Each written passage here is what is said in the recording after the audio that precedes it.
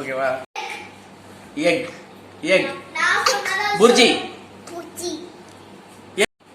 Hi friends, வணக்கம். எல்லாரும் எப்படி இருக்கீங்க?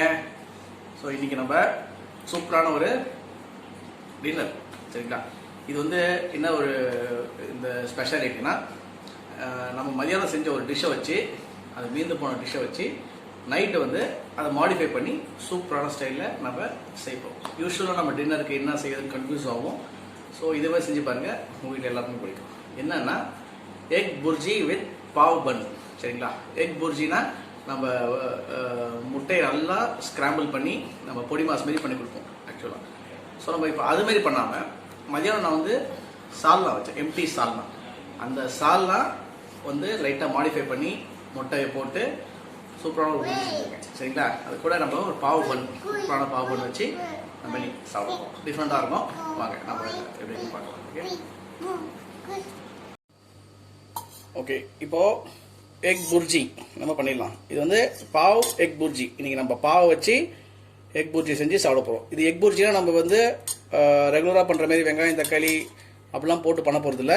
நான் சொன்ன மாதிரி ஜஸ்ட் நம்ம சால்னா வச்சு அது மீந்துருச்சுன்னா, இல்லை சிக்கன் குழம்போ இந்த குழம்போ வச்சு மீந்துருச்சுன்னா அதை வச்சு செய்ய போகிறோம், சரிங்களா? அதுக்கு இதுமாதிரி கடாயை வச்சுட்டு ஒரு 2 டீஸ்பூன் எண்ணெய் ஆட் பண்ணிக்கோங்க. எண்ணெய் லைட்டாக காயட்டும். இப்போ எண்ணெய் காஞ்சிச்சு, நம்ம முட்டை உடச்சி ஊற்றுவோம். 2 முட்டை, சரிங்களா?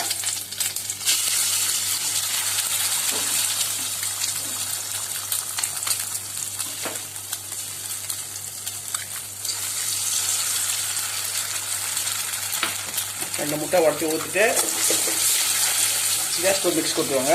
அது ரொம்ப எப்படி சொல்கிறது, ஃப்ரை ஆகணும் அவசியம் கிடையாது. ஏன்னா நம்ம பாவ் புர்ஜி பண்ணும்போது அந்த சால்னாவை இதில் ஊற்றி பண்ணுவோம். ஸோ அந்த டெக்ஸ்சர் அப்போ தான் கரெக்டாக வரும்.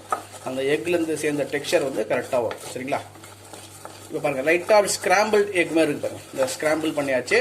ஸோ இப்போ நம்ம என்ன பண்ணணும்னா, நான் சொன்ன மாதிரி அந்த சால்னாவை ஆட் பண்ணணும்.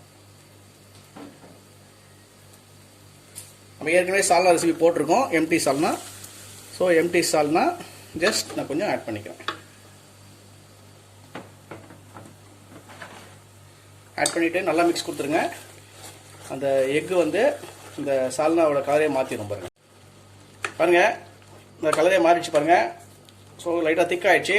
இந்த ஸ்டேஜில் நம்ம என்ன பண்ணணும்னா லைட்டாக பட்டர் ஆட் பண்ணணும். ஓகே, நான் லைட்டாக ஒரு டீஸ்பூன் பட்டர், சால்டட் பட்டர் தான் இது. நம்ம இந்த டிஷ்ஷில் சால்ட்லாம் சேர்க்க போதில்லை, ஏன்னா நம்ம இந்த சால்னான்றதுனால சால்ட்லாம் இருக்கும் ஆல்ரெடி. ஸோ பட்டர்லேயே கொஞ்சம் சால்ட் இருக்கும். ஸோ லைட்டாக பட்டர் போட்டு மிக்ஸ் பண்ணி விட்ருங்க. ஒரே நிமிஷம் அப்படியே இருக்கட்டும். அதுக்கப்புறம் நம்ம லைட்டாக லெமன் ஆட் பண்ணணும். லெமன் ஆட் பண்ணிங்கன்னா சூப்பராக இருக்கும் டேஸ்ட்டு. அப்படியே ஒரு நிமிஷம் இருந்தது பாருங்கள், அந்த பட்டரோட டெக்ஸ்சர் மேலே வந்துச்சு பாருங்கள். ஸோ இந்த ஸ்டேஜில் இப்போ அரை எலுமிச்சை பழம் லைட்டாக பிடிக்கும், ரொம்ப வேண்டாம், லைட்டாக புளிப்பு தான் போதும். புழிஞ்சிக்கிட்டு லெமன் போட்டு லைட்டாக ஒரு மிக்ஸ் கொடுத்துருங்க. அவ்வளோதான், இப்போது புர்ஜி ரெடி, சரிங்களா? ஸ்டவ் ஆஃப் பண்ணிடலாம். ஓகே, பாவு செய்கிறதுக்கு இன்னும் தோசைக்கல் வச்சுக்கிட்டேன், சரிங்களா? நம்ம பாவு ஆல்ரெடி இது ரெடிமேட் பாவு தான், நான் கடையிலேருந்து வாங்கிட்டு வந்த ரெடிமேட் பாவு. ஸோ ஃபஸ்ட்டு தோசைக்கல் வச்சுட்டு பட்டர் போட்டுக்கோங்க. பட்டர் வந்து லைட்டாக உருகினா போதும், ரொம்ப உருகணும் அவசியம் கிடையாது. ஓகே, இது பாருங்க அந்த பாவ் பன், சரிங்களா? இது ரெடிமேடாக கடையில் வாங்கிட்டேன். ஜஸ்ட் ஒரு பக்கம் நல்லா ஆயிடுச்சு. அப்படியே திருப்பி போட்டுக்கோங்க.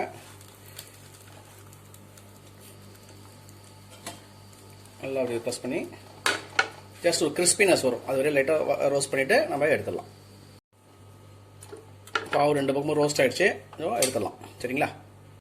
பாருங்க friends, simple and quick pav egg bhurji, சரிங்களா?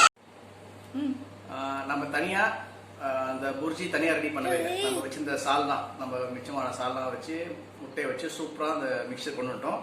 பாவ் வந்து ரெடிமேட் பாவு, நம்ம ஜஸ்ட் ஒரு பட்டரில் ரோஸ்ட் பண்ணிவிட்டு செஞ்சிட்டோம். ஈவினிங் குயிக் ஸ்நாக் இது, சரிங்களா? ரொம்ப ஈஸியான வேலை தான். இப்போ நம்ம டேஸ்ட் பண்ணுவோம்.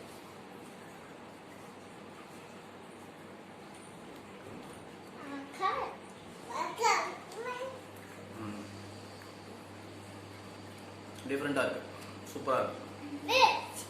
அந்த லெமன் போட்டதுனால அந்த டேங்கி டேஸ்ட் வந்து இந்த டிஷ்ஷுக்கு லெமன் இருக்கணும், அப்போ தான் நல்லாயிருக்கும் சரிங்களா. அந்த புளிப்பு தன்மை தான் நல்லாயிருக்கும். கூட இந்த வெங்காயம், கட் பண்ண வெங்காயம், அப்புறம் அந்த சால்னா முட்டைலாம் கலந்து சூப்பரான ஒரு மிக்சரு. அதாவது நீங்களும் செய்யுங்க வீட்டில். இதுமாரி உங்களுக்கு என்ன டின்னர் செய்யறதுன்னு போர் அடிச்சு போயிடுச்சுன்னா இதுமாதிரி டிஃப்ரெண்ட்டாக செஞ்சிங்கன்னா குழந்தைங்க சாப்பிடுவோம். ஓகே, நம்ம சேனலை ஃபஸ்ட் டைம் பார்க்குறதா மறக்காமல் சப்ஸ்கிரைப் பண்ணுறேங்க, பெல் பட்டன் ப்ரெஸ் பண்ணிவிடுங்க, அண்ட் ஆல் கொடுத்துருங்க, அப்போ வந்து நோட்டிஃபிகேஷன். ஓகே, நான் எப்பவுமே சொல்கிற மாதிரி தான் ருசிச்சு சாப்பிடுங்க, ரசிச்சு வாங்க. Okay, see you on the next video.